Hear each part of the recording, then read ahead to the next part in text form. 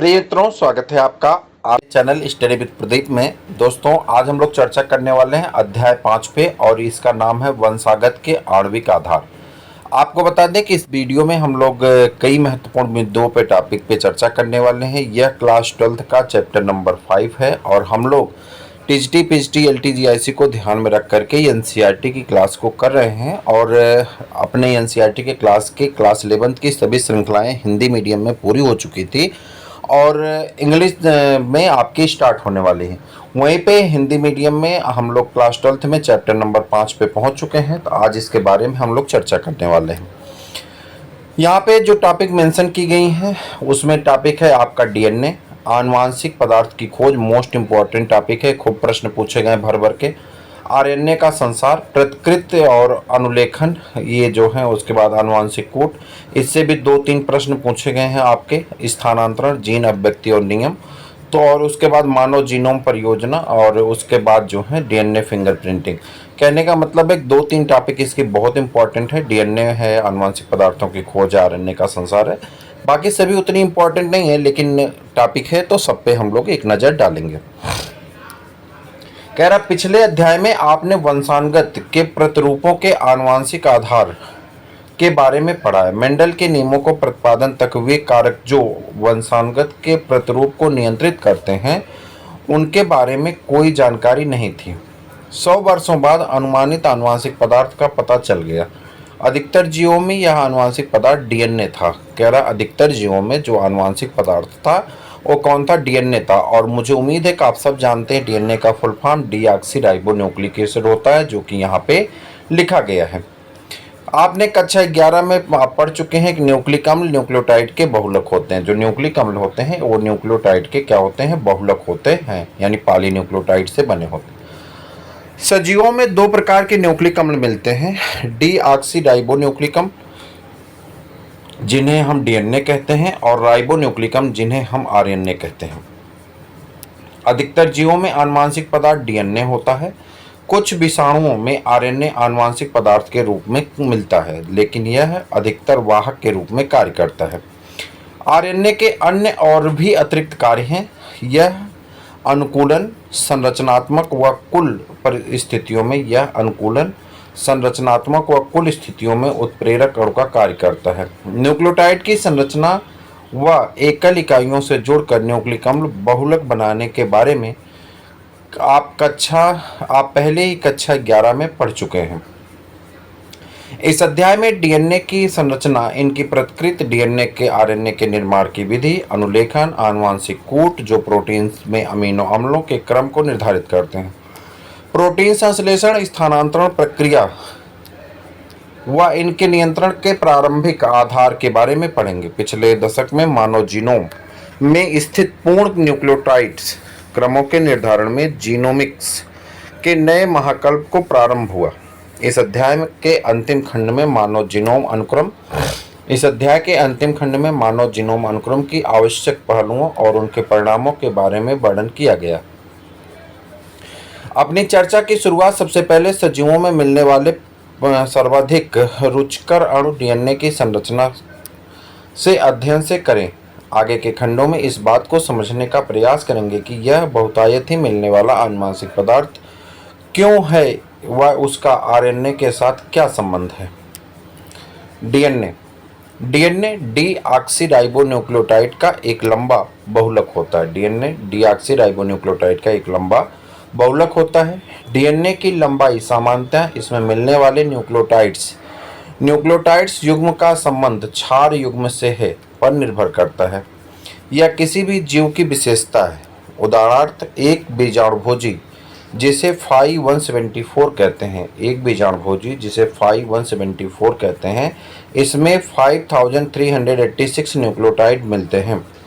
बीजाणुभोजी lambda में 484।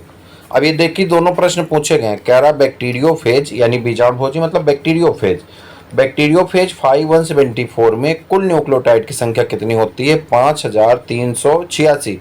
वहीं पे बैक्टीरियोफेज लैम्डा में 48502 क्षार युग्म पाए जाते हैं।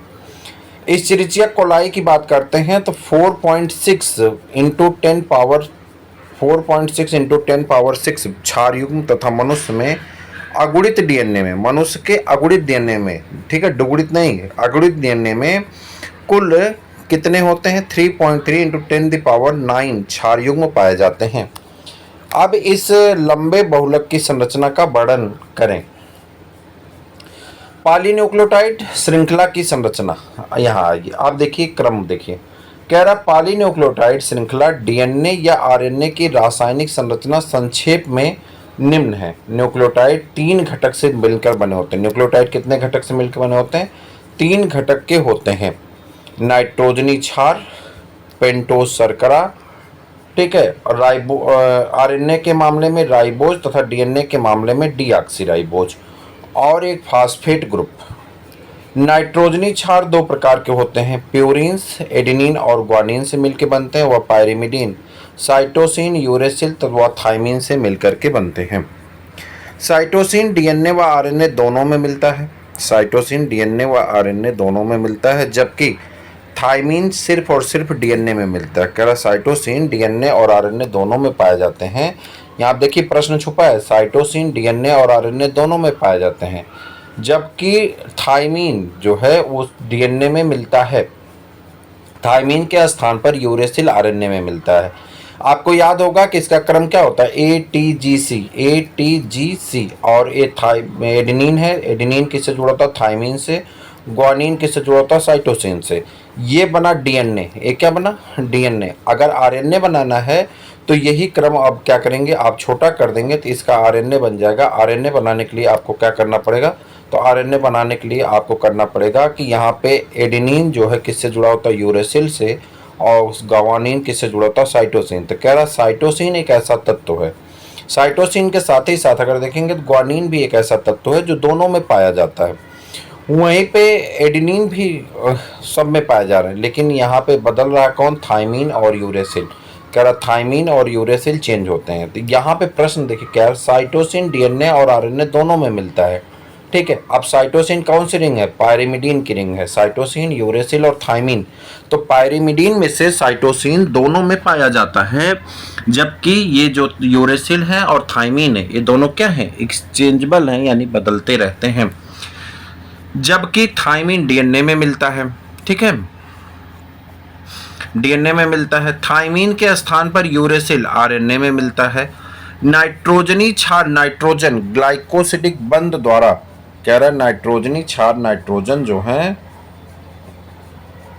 वो ग्लाइकोसिडिक बंध द्वारा पेंटोज शुगर यानी 1 कार्बन हाइड्रॉक्सिल से और जोड़कर न्यूक्लियोसाइड बनाता है, जैसे एडेनिन व डीऑक्सी एडेनोसिन, ग्वानिन व डीऑक्सी ग्वानोसिन, और साइटिडीन या डीऑक्सी साइटिडीन व यूरिडीन या डीऑक्सी थाइमिडीन। जब फास्फेट समूह फास्फोएस्टर बंध द्वारा न्यूक्लियोसाइड के 5 कार्बन से हाइड्रॉक्सिल समूह से जुड़ जाता है, तब संबंधित न्यूक्लियोटाइड से डीऑक्सी न्यूक्लियोटाइड उपस्थित शर्करा के प्रकार पर निर्भर करते हैं का निर्माण होता है। 2 न्यूक्लियोटाइड 3 प्राइम से 5 प्राइम फास्फोडाइस्टर बंध द्वारा जुड़कर डाई न्यूक्लियोटाइड का निर्माण करता है। इस तरह से कई न्यूक्लियोटाइड्स जुड़कर एक पॉलीन्यूक्लियोटाइड श्रृंखला का निर्माण करते हैं। इस प्रकार से निर्मित बहुलक में राइबोसोम 5 प्राइम किनारे के स्वतंत्र फास्फेट समूह मिलता है, जिसे पॉलीन्यूक्लियोटाइड श्रृंखला का 5 प्राइम किनारा कहते हैं। ठीक इसी तरह से बहुलक के दूसरे किनारे पर मुक्त 3 प्राइम हाइड्रॉक्सिल समूह से जुड़ा होता है। पॉलीन्यूक्लियोटाइड श्रृंखला का 3 प्राइम किनारा कहते हैं। पॉलीन्यूक्लियोटाइड श्रृंखला के आधार का निर्माण शर्करा व फास्फेट से होता है। नाइट्रोजनी क्षार शर्करा अंश से जुड़ा होता है, जो कि आधार से प्रक्षेपित होता है। आरएनए में प्रत्येक न्यूक्लियोटाइड अवशेष के राइबोसोम की 2 प्राइम जगह पर एक अतिरिक्त हाइड्रॉक्सिल समूह स्थित होते हैं। आरएनए में thymine 5 prime methyl uracil thymine का दूसरा रासायनिक नाम है, जो जगह पर यूरेसिल मिलता है। फ्रेडरिक मिक्सचर ने 1869 में केंद्रक में मिलने वाले फ्रेडरिक मिक्सचर ने 1869 में केंद्रक में मिलने वाले अम्लीय पदार्थ डीएनए की खोज की थी। उसने इसका नाम न्यूक्लिन रखा था। फ्रेडरिक मेस्चर ने 1869 में केंद्रक में मिलने वाले अम्लीय पदार्थ डीएनए की खोज की थी, जिसका नाम न्यूक्लिन दिया था। अब ऐसे संपूर्ण बहुलक को तकनीकी कमियों के कारण विलगित करना कठिन था। इस कारण से बहुत से लंबे समय तक डीएनए की संरचना के बारे में स्पष्ट जानकारी नहीं थी। मॉरिस बिल्किंस और रोजलिंड फ्रैंकलिन, मॉरिस बिल्किंस व रोजलिंड फ्रैंकलिन द्वारा दिए गए एक्स-रे निवर्तन आंकड़े के आधार पर 1953 में जेम्स वाटसन व फ्रांसिस क्रिक ने डीएनए की संरचना का द्विकुंडली नमूना प्रस्तुत किया। उनके प्रस्तावों के न्यूक्लियोटाइड श्रृंखला की दो लड़ियों के बीच क्षार युग्म की उपस्थिति एक बहुत प्रमाणित श्रृंखला थी। उपरोक्त प्रस्ताव द्विकुंडली डीएनए के इरविन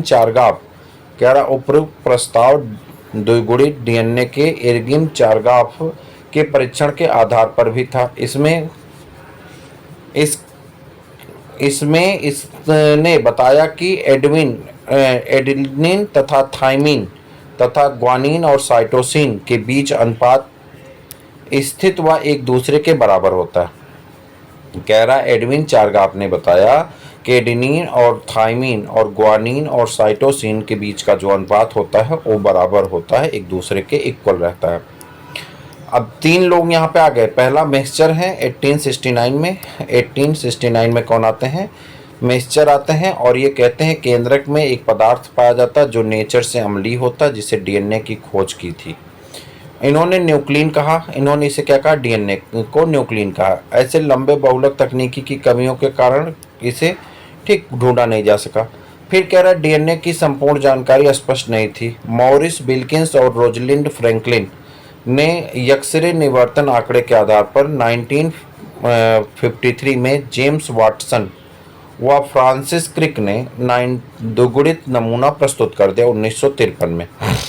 इनके प्रस्तावों में पॉलीन्यूक्लियोटाइड श्रृंखलाओं की दो लड़ियों के बीच क्षार युग्म की उपस्थिति एक बहुत प्रमाणित चेन थी। उपर्युक्त प्रस्ताव जो दोनों दिए गए, इरविन चारगाफ ने बता दिया, बाकी ये मैंने बता ही दिया था कि एडेनिन और बराबर थाइमिन, ग्वानिन बराबर साइटोसिन, ये दोनों क्या होते हैं? इक्वल अमाउंट में पाए जाते हैं। इससे प्रश्न भी पूछा गया आपके पेपर में। आपको याद होगा कि एक क्वेश्चन आया है कि 35% एडेनिन पाया जाता है तो कितने परसेंट साइटोसिन पाए जाते हैं? 2016 में। हमने 2016 का टीजीटी का पेपर करा दिया है। आपको बता दें टीजीटी, पीजीटी, एलटी, जीआईसी के लिए हम लगातार आपकी क्लासेस आगे बढ़ा रहे हैं, जिसमें मैं आपको एक कह दूँ कि मैंने 11th की एनसीईआरटी ख़त्म कर दी, 12th की एनसीईआरटी आपकी चली रही है। उधर क्लासेस आपके लगातार रेगुलर हो ही रहे हैं, एक एक करके चीज़ें आपके सामने पहुंच रही हैं, तो आपके लिए लाभदायक है। आप चैनल से जुड़े रहेंगे तो आपको लाभ मिलता रहेगा। कह रहे हैं क्षार युग्मन पॉलीन्यूक्लियोटाइड श्रृंखलाओं की एक खास विशेषता होती है। ये श्रृंखलाएं एक दूसरे के पूरक हैं, इसलिए एक रज्जुक में स्थित क्षार क्रमों के बारे में जानकारी होने पर दूसरी रज्जुक में क्षार क्रमों की कल्पना कर सकते हैं। यदि डीएनए, जिसे पैतृक डीएनए कहते हैं, कि प्रत्येक रज्जुक नए रज्जुक के संश्लेषण हेतु टेम्पलेट का कार्य करते हैं, तो इस तरह के दो रज्जुकी डीएनए, जिसे संतर डीएनए कहते हैं, का निर्माण होता है, जो पैतृक डीएनए अणु के समान होते हैं। इस कारण से आनुवंशिक डीएनए की संरचना के बारे में बहुत ही स्पष्ट जानकारी मिल सकी। द्विकुंडली डीएनए की संरचना की खास विशेषताएं निम्न हैं। ये दो पॉलीन्यूक्लियोटाइड श्रृंखला का बना होता है। यह दो पॉलीन्यूक्लियोटाइड श्रृंखलाओं का बना होता है, जिसका आधार शर्करा फास्फेट का बना होता है व क्षार भीतर की ओर प्रक्षेपित होता है। दो श्रृंखलाएं प्रति समांतर ध्रुवता रखती हैं। इसका मतलब एक श्रृंखला को ध्रुवता जो होती है, यानी जो पोलैरिटी होती है, 5 प्राइम से 3 प्राइम की ओर होती है और दूसरे की 3 प्राइम से 5 प्राइम की तरफ होती है। दोनों रज्जुकों के क्षार युग्म आपस में हाइड्रोजन बंध के द्वारा युग्मित होकर के क्षार युग्मक बनाते हैं। एडेनिन और थाइमिन विपरीत रज्जुकों में होते हैं। आपस में दो, ये आपका मान लीजिए जुड़ने का क्रम है, आपस में 2 हाइड्रोजन बंध बनते हैं। ठीक इसी तरह से ग्वानिन साइटोसिन से 3 हाइड्रोजन बंध द्वारा बंधा होता है। इसके फलस्वरूप सदैव यूरिन विपरीत दिशा में पायरिमिडीन होता है। इससे कुंडली के दोनों रज्जुक के बीच लगभग समान दूरी बनी रहती है। दोनों श्रृंखलाएं दक्षिणवर्ती कुंडलित होती हैं। कुंडली का पिच 3.4 नैनोमीटर, 1 मीटर का 10वां यानी करोड़वां 10 करोड़वां भाग होता है, यानी 10⁻⁹ मीटर के बराबर होता है। वह प्रत्येक घुमाव में लगभग 10 क्षार युग्म मिलते हैं। परिणाम स्वरूप एक कुंडली में एक क्षार युग्म के बीच लगभग 0.34 नैनोमीटर की दूरी होती है। कुंडली के एक क्षार युग्म की सतह के ऊपर दूसरे स्थित होते हैं, जिससे अतिरिक्त हाइड्रोजन बंध कुंडली की संरचना में अस्थायित्व प्रदान करते हैं। ठीक, प्यूरीन और पायरिमिडीन की संरचना तुलना करो। क्या आप बता सकते हैं कि डीएनए में दो पॉलीन्यूक्लियोटाइड श्रृंखला के बीच की दूरी हमेशा लगभग समान क्यों रहती है? डीएनए की द्विकुंडली संरचना का प्रस्ताव यू परिक्रमी है कि आनुवंशिक उलझाव की सरल तरीके से व्याख्या करने में सक्षम है। शीघ्र ही आणविक जीव वैज्ञानिक ने फ्रांसिस क्रिक ने मूल सिद्धांत सेंट्रल डोग्मा, इससे भी खूब प्रश्न पूछे गए। डीएनए से डीएनए का निर्माण होना प्रतिकृति यानी रिप्लिकेशन कहलाता है। डीएनए से आरएनए का बनना अनुलेखन यानी ट्रांसक्रिप्शन कहलाता है। और एमआरएनए से प्रोटीन का बनना रूपांतरण यानी ट्रांसलेशन कहलाता है। ठीक, सेंट्रल डोग्मा पर विचार प्रस्तुत किया। इससे स्पष्ट हो गया कि आनुवंशिक सूचनाओं का बहाव डीएनए से आरएनए व इससे प्रोटीन की तरफ होता है। डीएनए, आरएनए और प्रोटीन। कुछ विषाणुओं में उपरोक्त बहाव विपरीत दिशा में आरएनए से डीएनए की तरफ होता है। कुछ में डीएनए से आरएनए की तरफ होता है, विषाणुओं में, वायरस में। कह रहा है इस तरह का क्रम एक झुकाव की ओर संकेत करते हैं। डीएनए कुंडली तथा पैकेजिंग, कह रहा है लगातार दो क्षार युग्मों, खूब प्रश्न पूछे गए इसमें से। अभी देखिए मैं बता रहा हूँ, डीएनए लगातार दो क्षार युग्मों के बीच की दूरी 0.34 नैनोमीटर यानी 0.34 × 10⁹ मीटर मान ली जाए। और यदि एक प्रारूपी स्तनधारी कोशिका में डीएनए द्विकुंडलित की लंबाई की गणना की जाए तो साधारणतः सभी क्षार युग्म की संख्या में लगातार दो क्षार युग्म के बीच की दूरी से गुणा करने पर दूरी की गणना कर सकते हैं। वह है 6.6 × 10⁹ क्षार युग्म इंटू 0.39 × 10⁹ मीटर प्रति क्षार युग्म की जाए तो यह लगभग 2.2 मीटर के बराबर होगी। यह लंबाई प्रारूपी केंद्रक की लंबाई चौड़ाई लगभग 10⁻⁻6 मीटर से काफी अधिक है। इस तरह एक लंबा बहुलक एक कोशिका में कैसे पैकेट होता है? यदि ई कोलाई डीएनए की लंबाई 1.36 मिलीमीटर है तो क्या आप ई कोलाई के क्षार युग्मों की संख्या की गणना कर सकते हैं? असीम केंद्रकी जैसे इशरिचिया कोलाई जिसमें स्पष्ट केंद्रक नहीं मिलता है, इसके बावजूद डीएनए पूरी कोशिका में नहीं फैला होता है। डीएनए ऋणात्मक आवेश कुछ प्रोटीन धनात्मक आवेश से बंधकर एक जगह पर स्थित होते हैं, जिसे केंद्रकाव यानी न्यूक्लियोइड कहते हैं।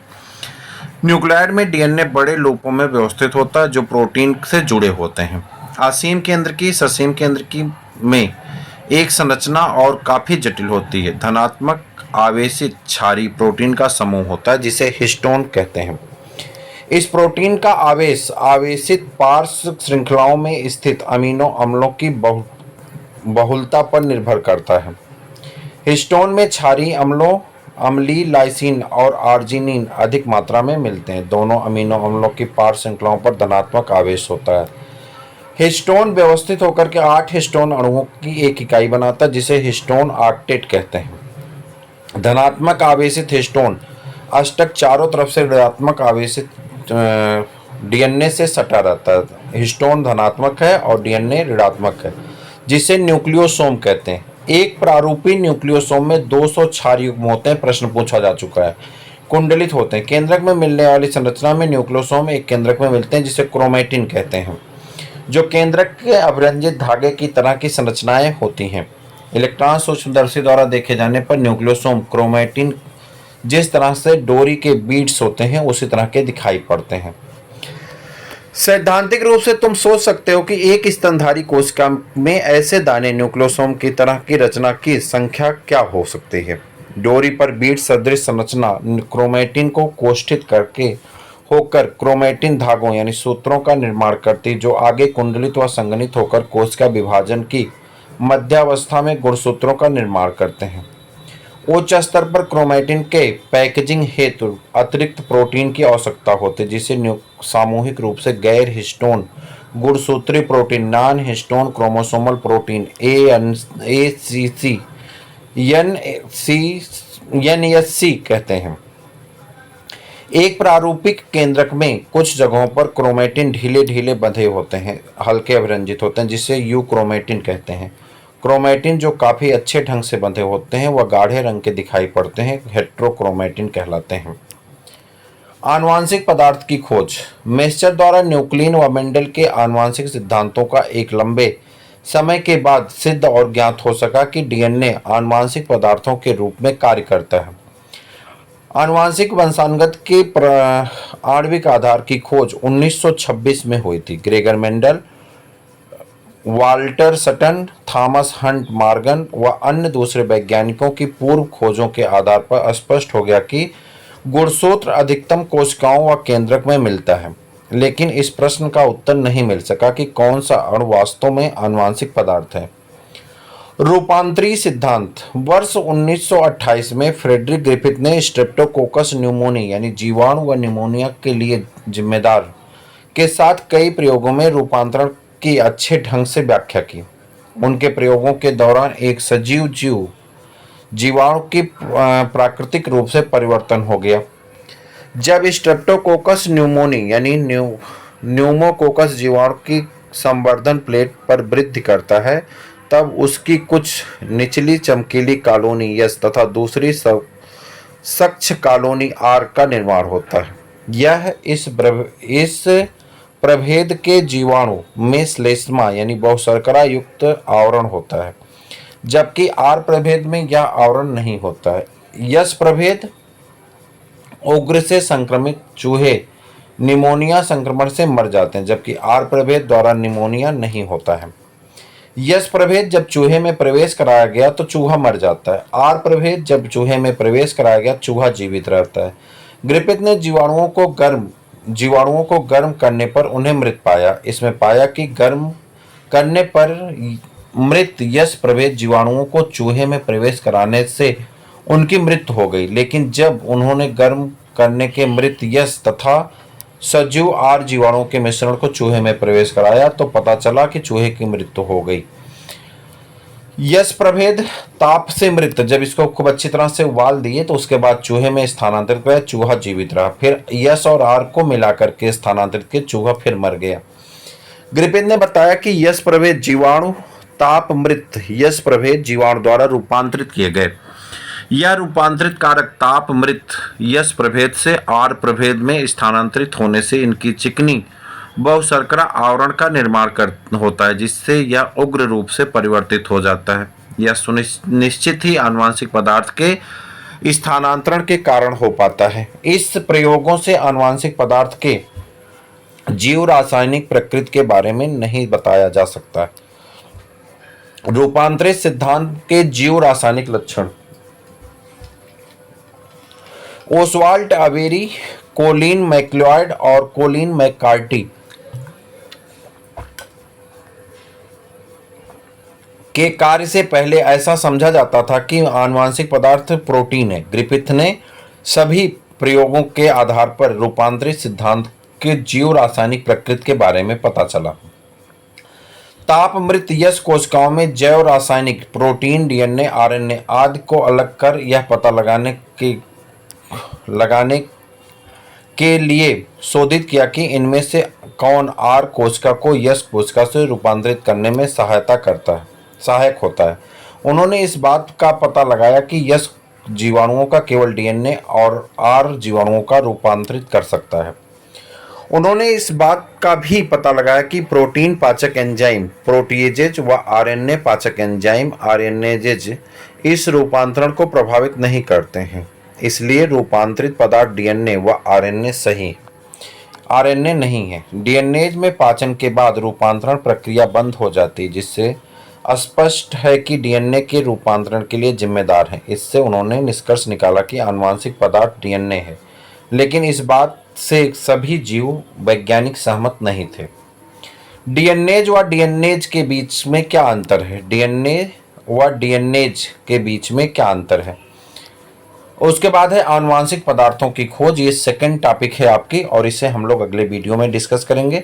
यहाँ पे हम लोग 2 एक्सपेरिमेंट भी पढ़ेंगे, और ये एक्सपेरिमेंट आपके पेपर में खूब भर भर के पूछे जाते हैं। आरएनए और फिर उसका संसार भी है, तो उसके बारे में भी पढ़ेंगे, लेकिन अभी इतना ही। आगे के बारे में फिर चर्चा करते हैं। तब तक के लिए इजाज़त दीजिए। जय हिंद।